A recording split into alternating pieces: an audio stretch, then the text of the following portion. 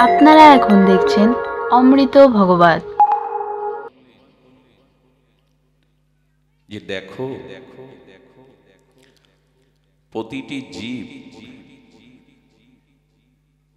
কেহ কেহ নয়, প্রতিটি জীব অনাদিকাল। অনাদি মানে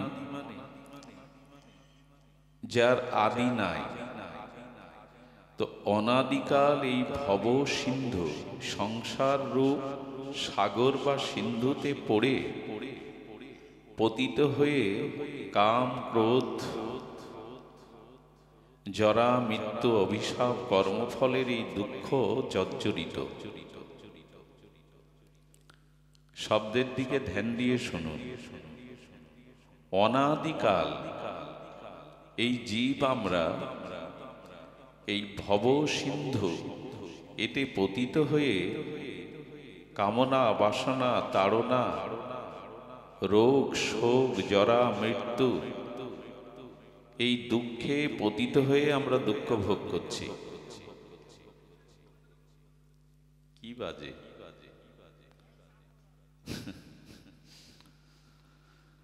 তো এই দুঃখের মূল কারণ কি?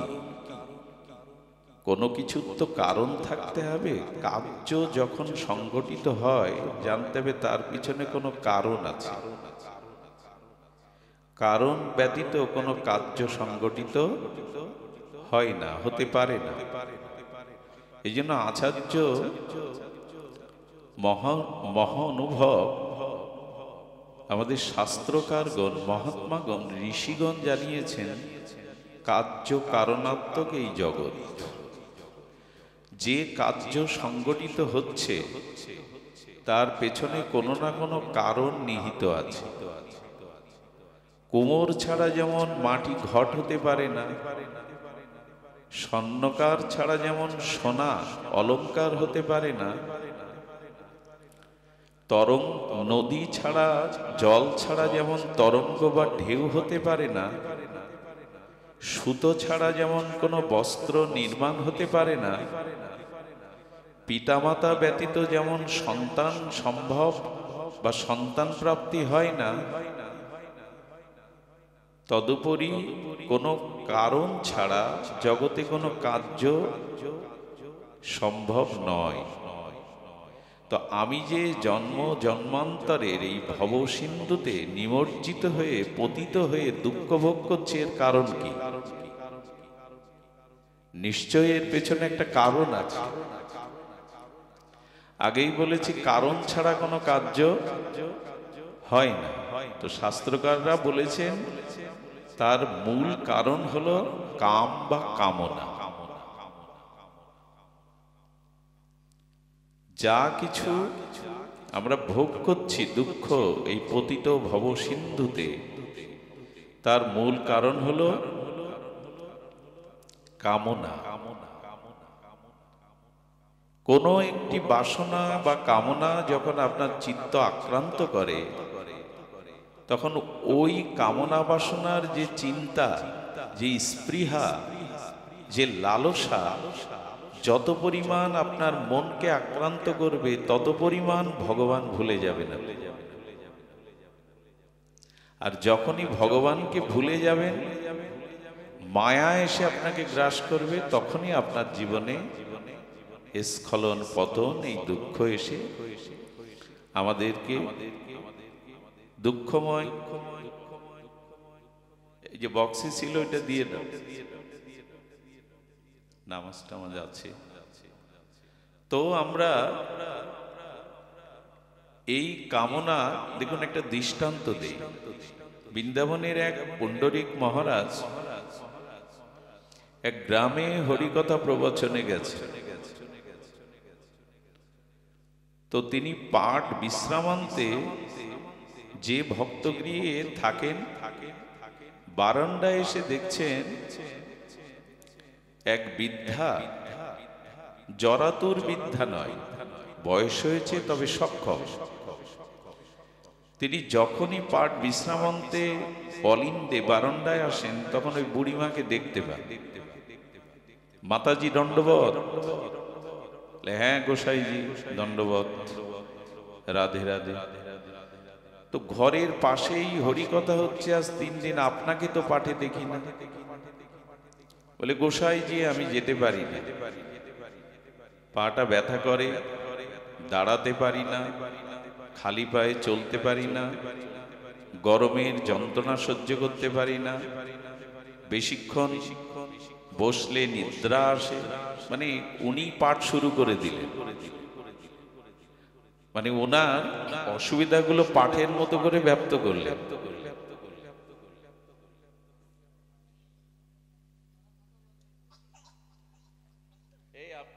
আপনারা ওখানে বসে কেন, নিচে নামেন আর কথা বলেন না, নিচে বসে শোনেন, নিচে বসেন। তো কি হয়েছে, সাধারণ মানুষ বোঝে না যেখানে হরিকথা হচ্ছে এখানে আমার প্রয়োজন যদি থাকে তবে নীরবে মিটাতে হবে। বোবা যদি সবজি কিনতে যায়, আলুর কিনতে গেলে কি দেখায়, এরকম দেখায় না, এরকম দেখায়। আর দোকানদারও বুঝে যায় ইনি বাক শক্তিহীন, তখন উনিও এরকম আঙুল গুনে বলে যান 20 টাকা। কাজ তো এভাবেও চলে। কোথাও হরিকথা হচ্ছে, আমি কাজটা ইশারায় করি, এই বুদ্ধিটুকু থাকা চাই। আমার একটা কথা ভাগবত চরণে অপরাধ হতে পারে, সাধু কষ্ট পেতে পারে, খুব সতর্ক হতে হয়। সাবধানে শুনিবে মহন্ত বচন, সাধুমুখে হরিকথা খুব সতর্ক হয়ে শুনতে হয়, অপরাধ যেন না আসে। আমার নিদ্রা আসছে, ঝিমানি আসছে, দেখে যদি সাধু কষ্ট পায়, বক্তা কষ্ট পায়, তবে সে অপরাধ আমার অনেক জন্মেই নাশ হবে না। বৈষ্ণব চরণে, সাধু চরণে আমার কোনো ইঙ্গিতে, চোখের ইশারায়, অঙ্গভঙ্গিমে যদি কষ্ট পায়, অপরাধ হয়, তাহলে সব গেল। এই জন্য খুব সতর্ক হতে হয়।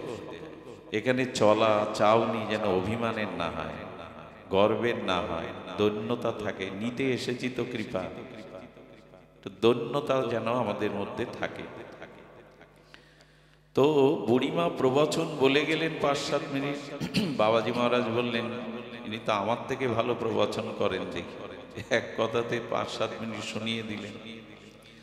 পরের দিন পাঠক ঠাকুর পাঠ করে এসে দেখে দীর্ঘ 20 মিনিট উনি পায়চারি করছে, পায়ে জুতা নেই, রৌদ্রের মধ্যে। তখন আর মাঝায় ব্যথা, খালি পায়ের যন্ত্রণা, রৌদ্রের তাপ, ক্ষুধা, কোনো কিছু মনে পড়ছে না। বলে মাতাজি এখানে 20-25 মিনিট পায়চারি করছেন, উদ্বিগ্ন দেখাচ্ছে, ঘেমে যাচ্ছেন, রৌদ্রে পায়ে পাদুকা নেই, কারণ কি? বলে আরে রাখো, আমার নাতি স্কুল থেকে বেরিয়েছে শুনেছি, আসতে দেরি করছে, কোথায় গেল? এই জন্য আমার খাওয়া নেই, আমার মাজার ব্যথা নেই, আমার গরমের চিন্তা নেই, আমার খালি পায়ের চিন্তা নেই। তখন উনি গিয়ে বুড়িমাকে প্রণাম করেছেন, বললেন তোমার কাছ থেকে একটা জিনিস শিখলাম আজ। এক নাতি স্কুল থেকে ফেরায়, তার প্রতি আসক্তিতে যদি তোমার এই সব ব্যথা যন্ত্রণা অমুক তমুক চলে যায়, তবে গোবিন্দের প্রতীক্ষায় যারা আছে তাদের আর অন্য জ্বালা সংসারে থাকে না, তাদের আর জ্বালামালার কথা মনেও থাকে না। কোনো একটা বিষয়ে সংসারে যদি খুব গভীর কামনা থাকে, বাসনা থাকে, তো ততটুকু ভগবানকে, জ্ঞানকে ঢেকে দেয়। কেমন জানে? আবৃত মলিন, অর্থাৎ আয়নায় যদি ময়লা জমে যায়, তাহলে আপনি আপনার প্রতিচ্ছবি, মুখচ্ছবি আয়নাতে প্রতিভাত হবে না। স্বচ্ছ দর্পণটা ঢেকে গেছে ময়লা। তারপরে ধোঁয়া যেমন আগুনটাকে কিছুক্ষণের জন্য হলেও ঢেকে দেয়। ধোঁয়া, আগুন আছে কিন্তু ধোঁয়াটা অগ্নিকে ঢেকে দেয়। মায়ের জরায়ু, গর্ভবতী মায়ের জরায়ু বা চামড়া বাইরে থেকে বুঝতে দেয় না যে ওখানে কন্যা শিশু কি পুত্র শিশু। সে আল্ট্রাসাউন্ডের কথা বাদ দিন, বাইরে দিয়ে কেউ বুঝতে পারে না। ভগবান বলছেন এই দৃষ্টান্তটি, মল দ্বারা, ময়লা দ্বারা যেমন দর্পণ, জরায়ু বা চর্ম দ্বারা যেমন গর্ভস্থ শিশু, ধোঁয়া দ্বারা যেমন অগ্নি, তেমনি মানুষের কামনা বাসনা দ্বারা অগ্নি সৎ জ্ঞানকে, ভগবত জ্ঞানকে, ভগবানকে ঢেকে দেয়। এই জন্য ভগবান জানিয়েছেন এই কাম জয়ের একটাই উপায়, কামনাকে প্রতিহত করার একটাই উপায়, আর সেই উপায়ের নাম নিখিল শাস্ত্র, বিশেষ করে ভাগবত বলেছেন, এটি হলো প্রেম।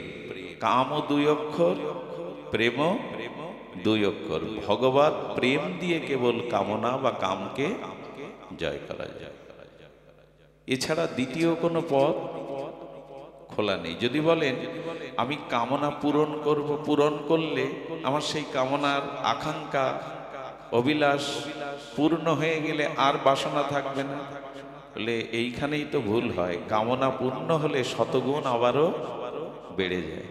সংসারে যত কামনা পূর্ণ হবে তত কামনা আরো, যেমন শাস্ত্র বলেছেন যে অগ্নিতে যদি ঘৃতাহুতি দেওয়া হয়, নিভে যাচ্ছে অগ্নি, ওখানে আরো একটু ঘি দিয়ে দিলে তো সেমন যেমন আরো শতগুণে বৃদ্ধি পায়, তেমনি কামনা যেই পূর্ণ হবে সংসারে ওই কামনা আরো বেড়ে যাবে। এক ব্যক্তি জুতো পায়ে দিয়ে প্রতিদিন হেঁটে কাজে যেত, তার পাশের বাড়ির, একেবারে পাশের বাড়ির লোক একটা নতুন সাইকেল কিনে সাইকেলে যাচ্ছে। তখন তিনি ভাবলেন আমি পায়ে হেঁটে যাব, প্রতিবেশী সাইকেলে, সাইকেল কিনলো। 2-4 মাস পরে দেখি ও লোক মোটর সাইকেল কিনেছে প্রতিবেশী। ইনি বললেন আমিও কম যাই কি, আমিও মোটর সাইকেল নেব। 2 দিন পরে দেখেন উনি একটা প্রাইভেট কার কিনেছেন। আমারও তো প্রাইভেট কার দরকার, প্রাইভেট কার কিনেছেন। দুজনের অর্থ সঙ্গতিও আছে, প্রতিযোগিতা লেগে গেছে, ও যদি ব্যবহার করে আমি কেন। আরো উন্নত প্রাইভেট কিনেছে, এ আরো দামি গাড়ি কিনেছে। এ করে যদি ঘটনাটা বাড়ানো যান, ও হেলিকপ্টার তো এ বিমান, একদিন জমের বিমান এলো, বলে আজকে কি করবে? ও যা করছে তা তো তোমার কামনা আরো বাড়ছে, ও যা করছে আমি করবো, জমের বিমান এলে কি করবে? তো এই জন্য জগতে কামনা আপনি যত পূরণ করবেন, যত ভোগ করবেন, তত কামনা আরো, এটাই রীতি। আমরা এটা বুঝতে পারি না, মনে করি কামনাটা পূর্ণ হলেই এবার আমাদের মন কত চালাক জানে। এই মনের রকমারি, মনের গতি প্রকৃতি বোঝা খুব দায়। ডায়াবেটিস 12 বা 14। ভাগবতে এসেছে প্রসাদ দিতে গিয়ে বড় মিষ্টি দিয়েছে, নিজেকে কি বুঝায় জানেন? মন, আরে এ তো প্রসাদ পেয়ে নাও, প্রসাদ পেয়ে নাও না, আরে এ তো প্রসাদ পেয়ে নাও 2-4টে। মন আমাদের ওই ধাঁধায় ফেলে দেয়।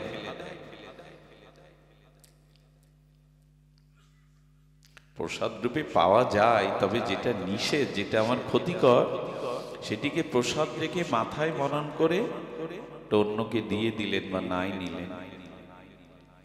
এই জন্য মন একটির পর একটি ভোগ করে গিয়ে যত ভোগ করবে তত তার বাসনা।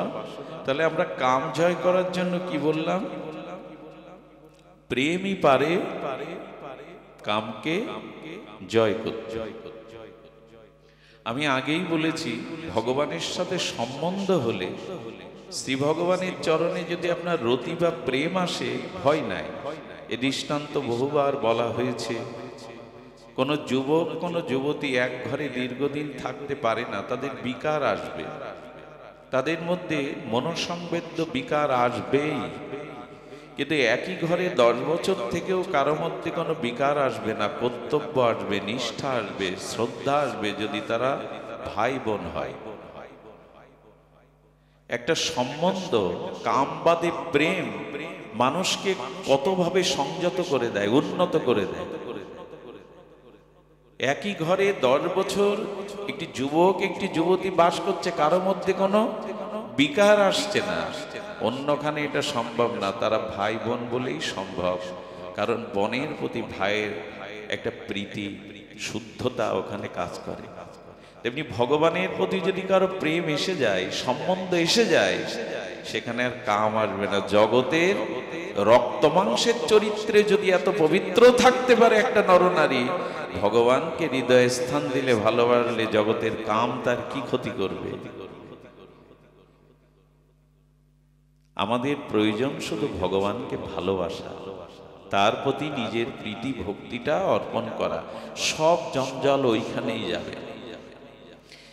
এইখানটাই তো আমরা এগোতে পারছি না। সংসারকে যতটা ভালোবাসি, আত্মীয় স্বজন কুটুম্ব রূপ যৌবনকে যতটা প্রিয় মনে করি ভালোবাসি, আজ ভগবানকে সেরূপ ভালোবাসতে এইখানেই অভিশাপ বয়ে বেড়াতে হচ্ছে। এইখানেই জন্ম মৃত্যু অনাদিকাল ভব সিন্ধুতে পতিত হয়ে আমরা দুঃখ ভোগ করছি।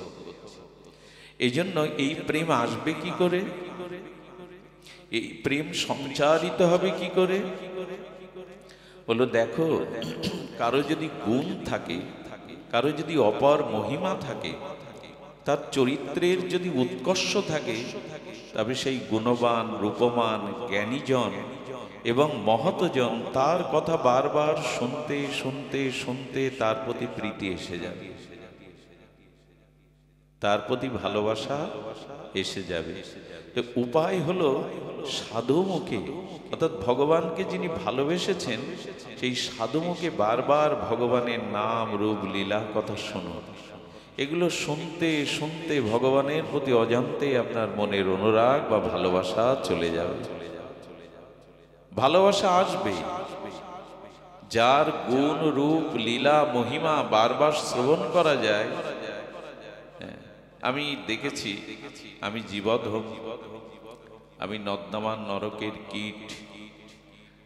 অনেকেই আজকাল এই যে প্রচার মাধ্যমে, মিডিয়া বা প্রচার মাধ্যমে আমাদের পাঠটাট শোনেন। তিনি হয়তো আমাকে দেখেননি, পরিচয় নেই, কিন্তু হরিকথা হয়তো যন্ত্রের মাধ্যমে শোনেন। সেই গ্রামে গিয়ে দেখেছি তাদের ব্যাকুলতা, যে বাবা অনেক দূর থেকে একটু দেখতে এসেছি, কোনো সম্বন্ধ নেই, দেনা পাওনা নেই, চাওয়া পাওয়া নেই। কত বুড়িমা কত দূর থেকে অনেকক্ষণ অপেক্ষায় আছে, বাবা তোর মুখখানা একটু দেখবো। তখন ভাবি, সম্বন্ধ তো নাই, চাওয়া পাওয়া তো নাই, আমার প্রতি তার এই ভালোবাসা স্নেহ মমতা কেন? কারণ তিনি শুনেছেন, কারো মুখে শুনেছেন, বা তিনি আমার হরিকথা হয়তো মিডিয়াতে শুনেছেন ভগবত প্রদত্ত গুরুদেবের কৃপায়। তো এই শুনতে শুনতে হরিকথার মহিমা বা হরিকথা শুনতে শুনতে আমার প্রতি তার একটা অনুরাগ এসেছে, প্রীতি এসেছে। এটা যদি মানুষের বেলায় হয়, সাধু সজ্জনের বেলায় হয়, আমরা তো পাপী দোষী, নানান অপরাধে অপরাধী, জন্ম জন্মান্তরের। ভগবান হলো সচ্চিদ আনন্দময়, প্রেমময়, রসময়। তার কথা শুনলে, তার লীলা তার গুণ শুনলে ভালোবাসা অবশ্যই তার প্রতি যাবেই যাবে, ভালোবাসা সংক্রামিত হবেই। এই জন্য বলছেন ভগবানের কথা শ্রবণ করো। আপনাদের মনে আছে উড়িষ্যার রাজা প্রতাপরুদ্র, উড়িষ্যার রাজা প্রতাপরুদ্র। তো উড়িষ্যার রাজাগণ তাদের পরম্পরায় জগন্নাথের তারাই সেবক, জগন্নাথের দায় দায়িত্ব মন্দিরে তাদেরই। রাজা পরম জগন্নাথের ভক্ত, রাজা জগন্নাথের প্রতি পরম শ্রদ্ধালু, পরম ভক্ত। এটি মহাপ্রভুর লীলার সময়, লীলাচলে লীলাচলনাথ শ্রীমান মহাপ্রভু তখন লীলাচলে লীলা করছেন। তো মহাপ্রভুর দর্শনের জন্য প্রতাপরুদ্র বারবার প্রার্থনা করেছেন। উড়িষ্যার রাজা তিনি প্রার্থনা করেছেন যে রাজার মহাপ্রভুর সাথে আমাকে একটু দর্শন করিয়ে দাও। একজন রাজা তিনি দর্শনের প্রার্থনা জানাচ্ছেন কেন? উড়িষ্যার রাজা এবং রাজা প্রতাপরুদ্র জগন্নাথের একজন সেবক, জগন্নাথের একজন ভক্ত। তিনি শুধু বিষয়ী রাজা নন, জগন্নাথের সমস্ত দায় দায়িত্ব সেবার পরিচালনা তার উপরে দায়িত্ব ন্যস্ত। তিনি কেন আদেশ চাইছেন আপনারা মহাপ্রভুকে গিয়ে আমার হয়ে কাতর অনুনয় জানান যে আমি একটু দর্শন চাই। মহাপ্রভু বলে দিলেন রাজদর্শন আমি করি না, সন্ন্যাসী রাজদর্শন নিষেধ। আচ্ছা, আপনাদের প্রশ্ন হতে পারে ভগবান রাজাকে বা নারীকে দর্শন করছেন না কেন? ওনার তো কোনো বিকার নেই, স্বয়ং ভগবান, আর উনি তো পতিত পাবন, পতিতকেই তো উদ্ধার করতে আসছেন, দর্শন দিচ্ছেন না কেন? সার্বভৌম মহাপ্রভুকে প্রশ্ন করেছে, উনি জগন্নাথের সেবক, উনি আপনার চরণে অনুরাগী ভক্ত, ওনাকে কেন দর্শন দিচ্ছেন না? আপনি তো পতিত পাবন, সবাইকে কৃপা করতে এসছেন। কথাগুলো যুক্তি আছে কিনা? মহাপ্রভু তখন বলছেন, রাজদর্শন সন্ন্যাসীর ধর্ম নয়। উনি দৃষ্টান্ত দিয়েছেন। দেখুন, কেউ কেউ বলে যে দেখো, আমার সমপর্যায়ে যে ভজন করে, মানে আমিও যেমন ভজন করি, যার সাথে আমি সঙ্গ করছি সেও ততটুকু ভজন করে। তাতে কি হবে জানেন? তার সঙ্গ করলে আপনি এগিয়ে যেতে পারবেন, যেখানে ওখানেই দাঁড়িয়ে থাকবেন, পিছিয়ে যাওয়ারও সম্ভাবনা নেই। আপনি যেমন ভজন করেন সেও তেমনি ততটুকু ভজন করে, সমপর্যায়। তাতে কি হয়? তার সঙ্গ করলে এগিয়ে যাওয়ার সম্ভাবনা নেই, আবার পিছিয়েও পড়বেন। কিন্তু আপনি যার সাথে সঙ্গ করেন সে যদি ভজনে, অনুরাগে, শাস্ত্র জ্ঞানে আপনার থেকে নিচু হয়, তখন অবশ্যই আপনি পিছিয়ে পড়বেন। সঙ্গ শব্দের অর্থ হলো আসক্তি। যার সঙ্গ করা যায় তার ভাবগুলি, তার চিন্তা চেতনাগুলো আমার ভিতরে সংক্রামিত হয়। সঙ্গ শব্দের অর্থ আসক্তি। আমি যার সঙ্গ করি তার ভাব, তার চিন্তা চেতনা আমার ভিতরে সংক্রামিত হয়। তো আমার থেকেও যে কামনা বাসনায়, আমার থেকে একটু তার বাসনা বেশি, কামনা বেশি, আমার থেকে ভজন কম করে, তার সঙ্গ করলে অবশ্যই আপনি পিছিয়ে পড়বেন, এগোতে পারবেন। এগিয়ে যেতে গেলে আপনার থেকে তিনি বহু গুণে ভজন করেন, শান্ত নির্মল চরিত্র, তার সঙ্গ করলে অবশ্যই আপনি এগিয়ে যেতে পারবেন। অনেকেই বলে, তো আমি যদি আমার থেকে নিচু তাদের সঙ্গ না করি, তারা উদ্ধার হবে কি করে? এটা যুক্তি দেখায়। তুমি যদি তোমার জায়গায় থাকো, যারা নিচে পড়ে আছে তাদেরকে টেনে তুলবে। তুমি ভজন করো, ঠিক আছে, তুমি ভক্ত, তো যাদের টেনে তুলবে কারা? বাবা এদিকে আসো, এই পথ দিয়ে আসো, কে টেনে তুলবে? তো এই কথা যদি আসে, তখন তিনি বললেন, আচ্ছা, আপনার ঘরে সর্প প্রবেশ করেছে, বিষধর সর্প, তো ঘরে গর্তের ভিতরে সর্বটা অবস্থান করছে না, আপনি দেখেছেন, নিশ্চিন্ত থাকতে পারবেন? আসেন, ওই বারণটা দিয়ে আসেন।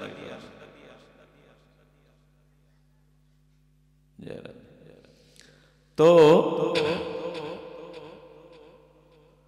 ঘরে সর্প প্রবেশ করেছে, তো আপনি ওই সর্প নিজে বের করতে পারবেন?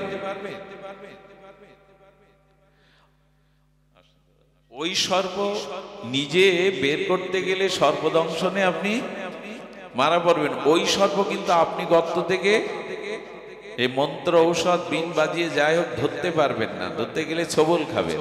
তখন আপনার কি দরকার? ওঝা দরকার। ওরাই এসে আপনার ঘর থেকে আপনার ওই সাপ বের করে আপনাকে নিশ্চিত করবে।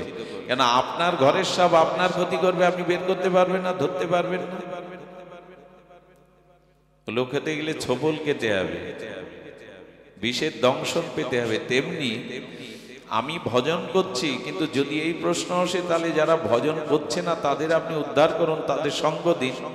কিন্তু ওই নিজের ঘরের সাপ মন্ত্রবিদ্যা না জানলে, কৌশল না জানলে, উৎস বলে নিজেই বিষে জর্জরিত হতে হবে।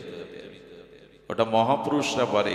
তেমনি বলছেন সার্বভৌম, রাজদর্শন সন্ন্যাসীর ধর্ম নয়, আমি ওনাকে দেখা দিতে পারবো না।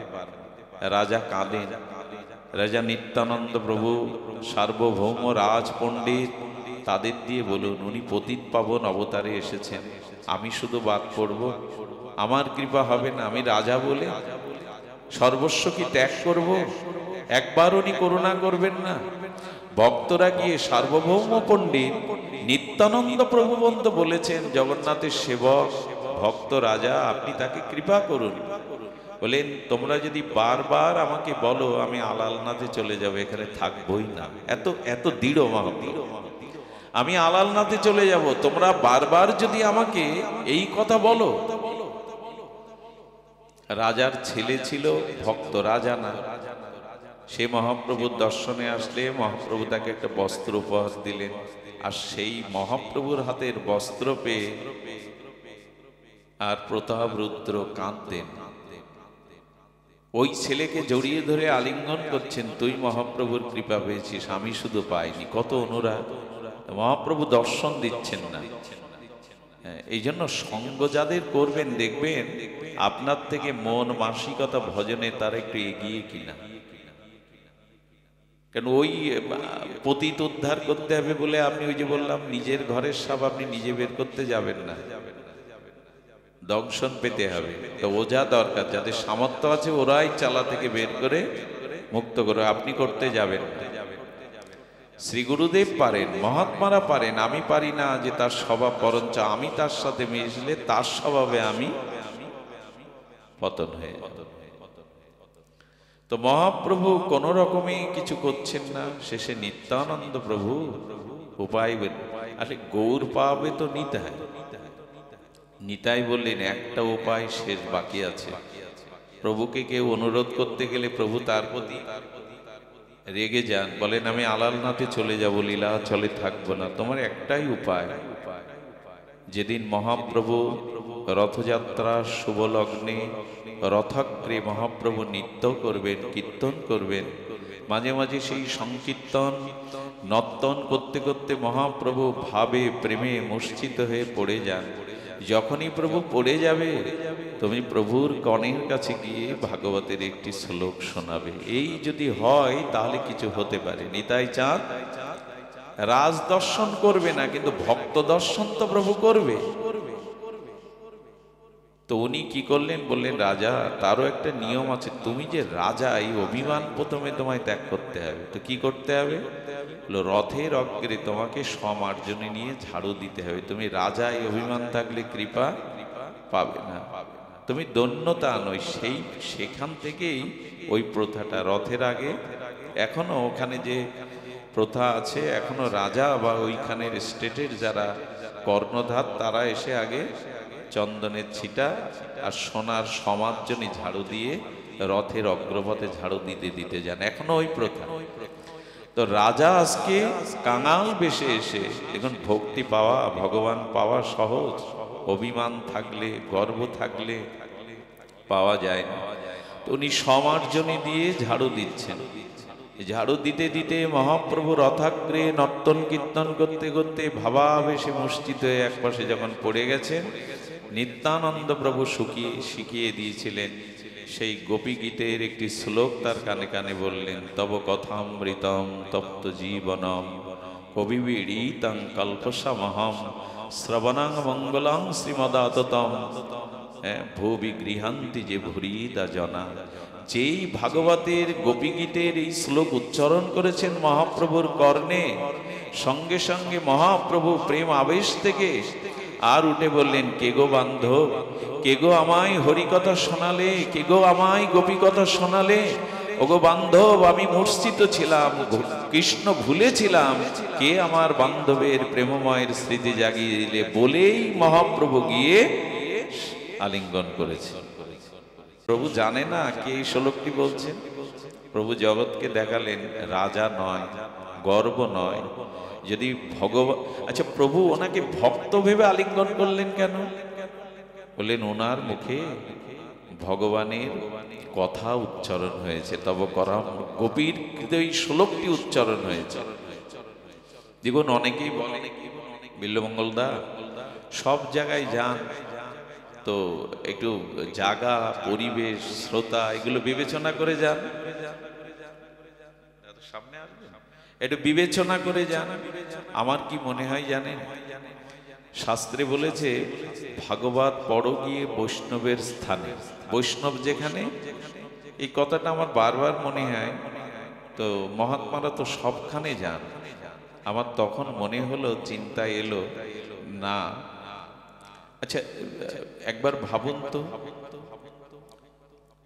ক্রিকেট যে ভালোবাসে সে বিমানে টিকিট কেটে ইন্ডিয়াতেও খেলা দেখতে যায়, পাসপোর্ট ভিসা করে যায় কিনা? ক্রিকেটের নেশা আছে, প্রিয় প্লেয়ারদের প্রতি তার অনুরাগ আছে।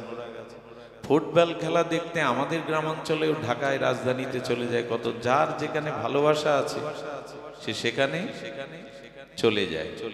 আচ্ছা ফুটবলকে যে ভালোই বাসে না, ক্রিকেটকে ভালোবাসে, সে ফুটবল মাঠে এরকম দেশ দেশান্তরে যাবে?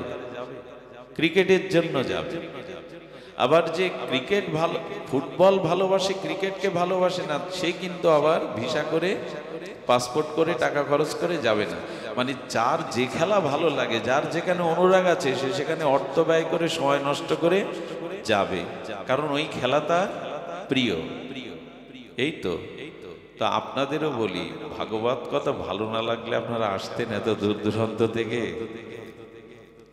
এই যে কত রাত্রে ফিরে যাবেন, কি যানবাহন টাকা খরচ করে আসেন, তার মানে ভগবানকে ভালোবাসেন, তার লীলাকে ভালোবাসেন বলেই এত কষ্ট করে আসেন। এটাই প্রমাণ করে আপনার ভগবানকে যে ভালোবাসো, সেই তো সাধু, সেই তো বৈষ্ণব, সেই তো ভক্ত। ভগবানকে যে ভালোবাসে সেই তো বৈষ্ণব। এই অর্থে আপনারা যারা হরিকথা শুনতে আসেন একজন বক্তার কাছে, তারা প্রণম্য, সর্বশ্রেষ্ঠ বৈষ্ণব। ভালোবাসা না থাকলে সেখানে যায় না। আর ভাগবতে একটা কল্যাণ হয়।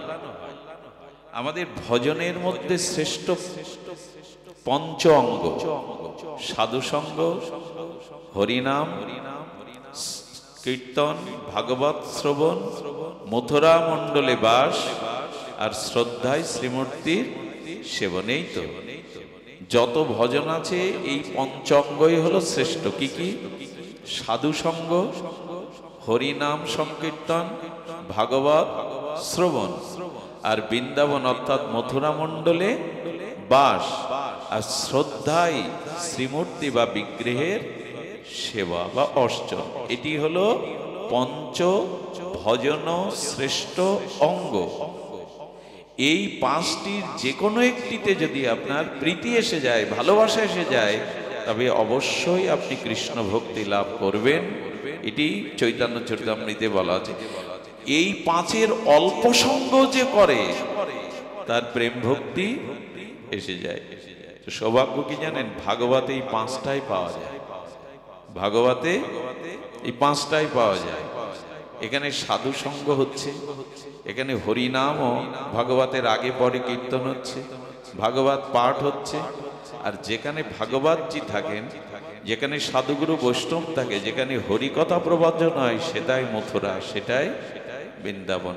আর এখানে আজকে তো ভগবানকে ভোগ লাগানো হয়েছে, শৃঙ্গার করা হয়েছে, গ্রন্থ ভগবতকে ফুলমালা চন্দন দিয়ে অর্চন। পাঁচটাই আমরা একসাথে পেয়ে যাই যদি ভাগবতে আসে। এই পঞ্চ সাধন শ্রেষ্ঠঙ্গের একটাতেও যদি আপনার অনুরাগ আসে, আপনি কৃষ্ণ প্রেম পেয়ে যাবেন। চৈতন্য চরিতামৃতকার বলছেন। আর এখানে আমরা পাঁচটাই পাচ্ছি। অনেকেই বলতে পারেন, বৃন্দাবনে তো আমি যেতে পারিনি, বৃন্দাবনে তো যে আমার ভাগ্য হয়নি, তো মথুরায় বাস বলেছেন যে। আচ্ছা, খুব বড় বড় যেমন বিশ্বকাপের ময়দানে যেসব খেলা হয়, বা আমেরিকায় টেনিস খেলাটা, আমেরিকায় রাফায়েল বা এরকম দামি দামি যারা প্লেয়ার, ওখানে একটা টিকিট কেটে ওই খেলা দেখতে গেলে খুব ভিআইপিরা যায়, ভিআইপিরা যায়। ওখানে আপনার আমার 5 বছরের আয়ও একটা টিকিট, রাফায়েল টেল ওরা যারা টেনিস খেলে আমেরিকায়, ওখানে একটা টিকিট আমাদের 5 বছরের আয়ও। তার মানে ওই খেলা আমার প্রিয় হলেও আমি যেতে পারবো না। থাক বাবু, এটা রুমাল আছে, তো যেতে পারবো না। এখন শুনুন, কেউ যদি মনে করে ওই রাফায়েলের, ওই মেসির, ওদের খেলা, রোনাল্ডোর খেলাটা আমি মাঠে বসে দেখবো, তার সৌভাগ্য নেই, আমেরিকায় যাবে আর ওই টাকা তার নেই, তবে ও খেলা সে দেখতে পাবে ফ্রি। ওই খেলা সে বাড়ি বসেই ফ্রিতে দেখতে পাবে। হ্যাঁ, ইন্টারনেটের মাধ্যমে টিভিতে ওই খেলা সরাসরি সম্প্রচারে দেখতে পাবেন কিনা, ওইখানে সরাসরি যাওয়ার ক্ষমতা নাই, কিন্তু ওই মাঠ, ওই প্লেয়ার, ওই খেলা বাড়ি বসে ফ্রি দেখতে পাবেন। তো ভাগবতে এলে বৃন্দাবনে যেতে পারি আর না পারি, এই ভগবত লীলার মধ্যেই ব্রজ দর্শন হয়ে যায়, মনে মনে ব্রজবাস হয়ে যায়, মনে মনে ব্রজবাসটা হয়ে যায়। এই জন্য ভাগবতে আসতে হয়। বৃন্দাবনের কোন লীলা বলা হচ্ছে, দেখবেন পাঠক বা শ্রোতা যারা খুব গভীরভাবে শুনছে ওরা চলে যায়, ওই মনে মনেই বৃন্দাবনে তাদের একটা ভাবনায় তারা চলে যায়। এই জন্য ঠাকুরমা আমাদের মহাত্মারা বলেছেন, ঠাকুরমশাই সহ ছিল রূপ গোস্বামী পাদ, মনে মনেও যেন ব্রজবাস হয়। রাধাকুণ্ডের কথা যখন বলছি, আপনি মনে মনে ওই কল্পনায় রাধাকুণ্ডকে দেখছেন। তো এই জন্য ভাগবতে আসলে তারা সকলে ভক্ত, যারা হরিকথা বলেন, হরিকথা শ্রবণ করেন, তারাই বৈষ্ণব। আর একটা জিনিস আপনাদের ভক্ত মনে হয় কেন জানেন? মহাপ্রভু বলেছেন, শ্রেষ্ঠ বৈষ্ণবকে যাহারে দেখিলে মুখে আইসে কৃষ্ণ নাম, জানিও সেই সে বৈষ্ণব প্রধান। আমার তো আপনাদের দেখলে কৃষ্ণ কথা স্বাভাবিকভাবেই আসে, মানে আপনারাই বৈষ্ণব প্রধান। যাদের দেখলে হরি কথা প্রকাশ হয় তারাই তো বৈষ্ণব।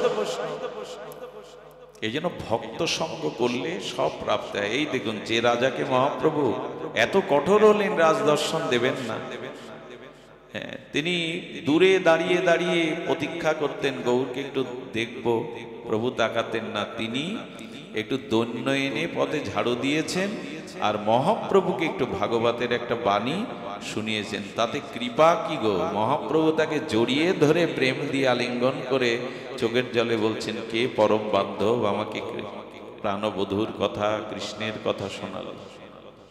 এখন কৃপা পাওয়ার একটাই উপায়, সেটি হলো দৈন্য, দীনতা আনতে হবে, আর ভগবানের নাম, ভগবানের কথা শ্রবণ কীর্তন করতে হবে। তাহলে মহাপ্রভু যাকে দর্শন দেবেন না নিত্যানন্দের কথায়, সার্বভৌম কথায়, তিনিও প্রভুর কৃপাপাত্র হয়ে যাবেন, শুধুমাত্র হরিনাম হরিকথাকে ভালোবাসলে। কিন্তু সত্য হলো দীনতা চাই। আচ্ছা, ছোট হওয়া লাভ বেশি, পাওয়া যায় বেশি, বড় হতে গিয়ে পাবেন না। যেমন চাঁদ এবং সূর্য, এদের রাহুগ্রাস হয়, তারার হয়তো যত বড় হবেন তত গ্রাস করার সম্ভাবনা বেশি। রাহুগ্রাস কি হয়? সূর্যের এবং চাঁদের হয়। তারা কখনো গ্রাস হয়ে শুনেছেন? রাহুগ্রাস ছোটকে গ্রাস করে না। আচ্ছা, ছোট বাছুরটা, গাভীর বাছুরটা, ও খায় দুধ, বড় হলে কি খেতে দেয়? দুধ খেতে দেয় গাভীর? খড়কুটোই খেতে হয়। ছোট হও, বেশি পাবে, দৈন্য আনো তো প্রেম ভক্তি পাবে। এই জন্য দীনতার মাধ্যম দিয়ে মহাপ্রভু প্রসন্ন হন। যার দৈন্য আছে, দীনতা আছে, প্রভু তার প্রতি প্রসন্ন হন। রাজা এইভাবেই কৃপা পেল। আমার বলবার সূত্র কি ছিল? এই ভব সিন্ধু পতিত দুঃখ দূর করার, দুঃখের একমাত্র কারণ হলো কাম। পূর্বের কথা মনে আছে তো? দুঃখের কারণ কি? অনন্ত জন্মে ভবসিন্ধুতে পতিত হয়ে দুঃখ জরা ভোগ করছি কামের কারণে, কামনা বাসনার কারণে। আর এই কাম বা কামনা, এই অনন্ত দুঃখ থেকে নিষ্কৃতির একমাত্র উপায় হলো প্রেম। দুটোই একই শব্দ, কাম এবং প্রেম। এই প্রেম আসবে কি করে? কথাও বললাম, যেত ধর্ম অমৃতং মিদং পর্যুপাসতে। সেই অমৃতময় হরিকথা, ভগবানের কথা সাধু সঙ্গে গিয়ে শ্রবণ করো। এই করতে করতেই ভগবানের প্রতি অজান্তেই তোমার মনের ভালোবাসা, অনুরাগ চলে যাবে, তখনই প্রেম আসবে। আর যখনই এই প্রেম আসবে, তখন আর জগতের কোনো কি, জগৎটা তখন কি মনে হবে জানেন? স্বপ্ন। জগৎটা কি মনে হবে? সংসার স্বপ্ন মানো। ঠাকুর মশাই বললেন, যখনই ভক্তি আসবে, প্রেম আসবে, তখন সংসারটা কি মনে হবে? একটু বলুন, কি মনে হবে? স্বপ্ন। আচ্ছা, স্বপ্নেতে ক্ষুধা লেগেছে, ঘরে অনেক খাদ্য আছে, স্বপ্নের ক্ষুধা ঘরের মধ্যে খাদ্যেতে যাবে? স্বপ্নের ক্ষুধা ঘরের মধ্যে খাদ্যতে যাবে কি? বলে স্বপ্নের ক্ষুধা ওই স্বপ্নতেই খেলে মিটবে। আচ্ছা, স্বপ্নে শীত লাগছে আমার, তো বাইরের কম্বলে, ঘরের মধ্যে আলমারির কম্বলে শীত যাবে? বলে স্বপ্নের কম্বল লাগবে। স্বপ্নের মধ্যে জ্বর এসেছে, বাইরের ওষুধে যাবে? স্বপ্নের ডাক্তারের স্বপ্নের ওষুধই লাগবে। এই জন্য বাস্তবতা স্বপ্ন ভিন্ন। স্বপ্নেতে আমরা রাজা হয়েছি মনে করি, বিমানে আকাশচারী হয়ে ঘুরছি, নীল সমুদ্রে সাঁতার কাটছি। ঘুম ভাঙার পরে দেখলাম সেই 10 ফুট বাই 10 ফুট ছাদের তলে খাটেই তো শুয়ে আছি। কোথায় আকাশ, কোথায় সমুদ্র, কোথায় রাজা? এই জন্য যখন যত ভগবানের প্রতি প্রেম আসবে, সংসারটাকে আপনাকে মনে হবে সিনেমার পদ্মার মতো। ওখানে শহর দেখায়, শহর নেই। ওখানে সমুদ্র দেখায়, কিন্তু পদ্মা ভিজে যায়। ওখানে আগুন লাগা দেখায়, অথচ সিনেমার পদ্মা পড়ে না। লাইট অফ তো দেখলেন সাদা কাপড়। এতক্ষণ যা দেখছিলাম শহর, সংসার, মারামারি, কাটাকাটি, আগুন, সাদা পদ্মা। দেখেন কিনা? দেখেন কেন জানেন? আলোগুলো নিভিয়ে দেয় বলে। ক্যামেরার রিলে যখন পর্দায় ছবি দেয়, তখন সব আলো জ্বলে গেলে আবার ওই দৃশ্যগুলো, যখন প্রেম ভক্তি হবে, হরিনামে রুচি হবে, শাস্ত্র জ্ঞান হবে, তখন মনে হবে এই দৃশ্যগুলো পদ্মার মতো। আসলে যে দেখছি তা নয়, সংসারটা স্বপ্নের মতো মনে হবে।